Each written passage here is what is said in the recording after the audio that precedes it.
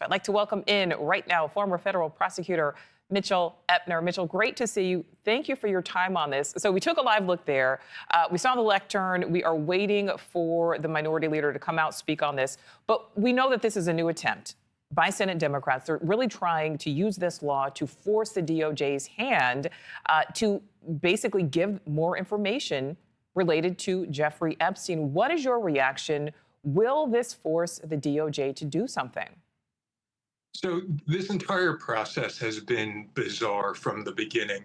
The interview of Ghislaine Maxwell by the Deputy Attorney General Todd Blanche has been bizarre, both because of his seniority and because of the fact that he has not been the lead prosecutor on the case, and the fact that he was, until very recently, President Trump's personal attorney, and President Trump is one of the people who is at least possibly part of this entire investigation. So I do not know whether or not what the Senate Democrats are attempting to do will be successful. I do know that this is far outside of the standard operating procedures of the Department of Justice. Oh, interesting to hear you say that. All right, so let's talk about Epstein's former girlfriend, Ghislaine Maxwell, who is right now serving time in prison for sex trafficking. She was subpoenaed to go before Congress on August 11th. Now, her attorneys originally declined, invoking her Fifth Amendment rights, but now they came back to the table, as we said at the top, with this list of demands, which includes immunity or clemency. Do you think there is still room for negotiation here? Well, this is what I mean when I say this is bizarre. Ghislaine Maxwell is a convicted sex trafficker who was sentenced to 20 years in prison, and she still has outstanding an indictment for perjury in her civil deposition for lying about her interactions with Jeffrey Epstein on this exact topic. So in the ordinary operating procedure of the Department of Justice, this is not a person who would be a good candidate to be brought in as a potential cooperator. All right, Mitchell, let's listen in just a bit to hear what Chuck Schumer has to say when it comes to trying to force the DOJ's hand on the Epstein Files.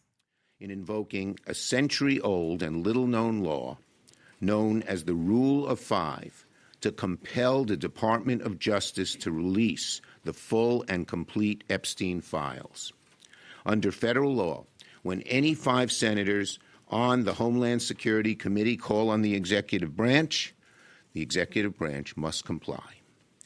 Our request covers all documents, files, evidence, and other materials in possession of the DOJ, the FBI, related to the case of the United States versus Jeffrey Epstein.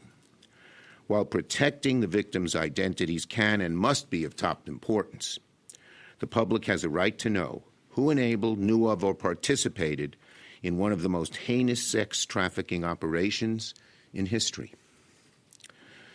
All right, so we've been listening in there. That is Senate Minority Leader Chuck Schumer. He is announcing this attempt to use the Rule of Five as an obscure law that requires government agencies to provide information if at least 5 members of the committee requested. Let's bring back in former federal prosecutor Mitchell Epner. Again, I asked you about this at the top. Really, we don't know yet if this would work. But you also just talked about how unusual all of this is. Do you think the DOJ should be more transparent about exactly what Deputy Attorney General Todd Blanche and Ghislaine Maxwell discussed last week? So I think that this entire process is highly unusual and really could deal with more transparency. I'm not certain getting exactly what they discussed makes sense, because Ghislaine Maxwell has all of the incentive in the world to say things in order to try to curry favor with the Trump White House, because the only way that I can see her being able to get any relief, because she was sentenced more than a year ago, is to receive a commutation or a pardon from President Trump. So I'm not certain just letting out everything she has to say would make sense, but I am quite confident that what's been going on really is outside of the operating procedures and tradition of the Department of Justice.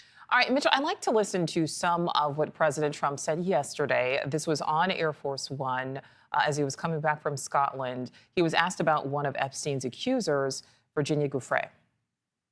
Person, does that include Virginia Giuffre? I don't know. I think she worked at the spa. I think so. I think that was one of the people. Yep. He stole her. And by the way, she had no complaints about us, as you know, none whatsoever. All right, so Mitchell, as you know, Giuffre died by suicide in April of this year, and we know that the president continues to try to distance himself from Epstein. What is your reaction to what he said there?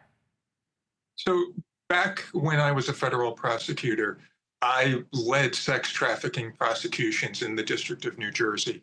And if I heard somebody who was near one of my investigations say what Donald Trump just said, I would want to get a lot more information because it appears that he just admitted that Virginia Giuffre, at a time when she was a young teenager, was working at Mar-a-Lago and that Jeffrey Epstein, quote, stole her, close quote. That's the sort of language that a trafficker uses, not an employer. Oh, so what do you think happens next in all of this, Mitchell? The only thing I know for certain about the future is it hasn't happened yet. I really have no idea what comes next. Yeah, and certainly when it comes to this topic, it is so difficult to predict. Former federal prosecutor Mitchell Epner, thank you so much for your time.